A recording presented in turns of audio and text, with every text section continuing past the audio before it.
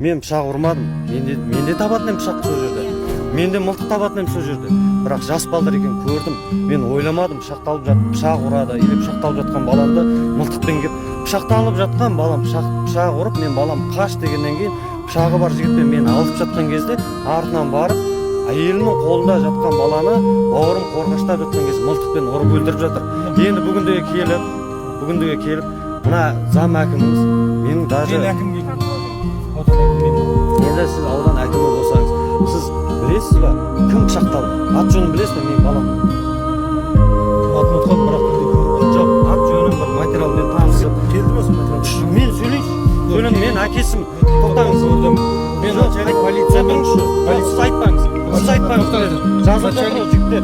Бас әкімнің қазір әкімнің облыс әкімнің өзі маған анау келді. Жоқ, мен сөйлесем болады. Мен ғой қазір сізді алайын мәшинеге отырғызып облыс әкіміне барайын. Неге барам мен? Келмейді ол кісі. Жүріңдер барам. Неге барам? Неге халық бару керек оған? Халыққа неге келмейді? Әкімді кім сайлады? Халық сайлады ғой. Сіз даже әкім тоқта. Құқық бұзушылық. Заң бұзса мені қамай салыңыз. Мен сол қылмыскердің жанына барып отырайын. Тыңдаңыз.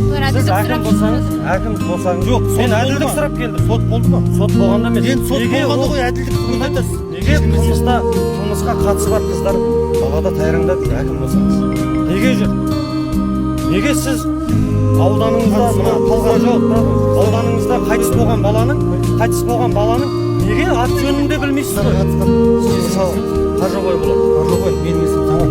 Мәшем тұр. Мен сізді Талап. Отырамын да облыс әкіміне барамыз. Ол кісіде шетелдік облыс әкімі. Кесін осы жерге тоқтады. Сіздің нақты қазір талабыңыз қандай? Осыны Қасым-Жомарт Кемелұлы маған ашық сот жасасын. Мен бұл қылмыскерлермен қылмыс жасамаймын. Ешкімді өлдірмеймін, ешкімді атпаймын. Тек ашық сот әрқайсысы әрбір қылмыскер өз жазасын алсын. Және де осы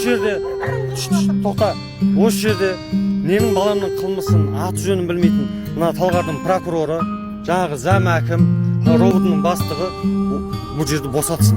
Боғаны босатсын. Не үшін?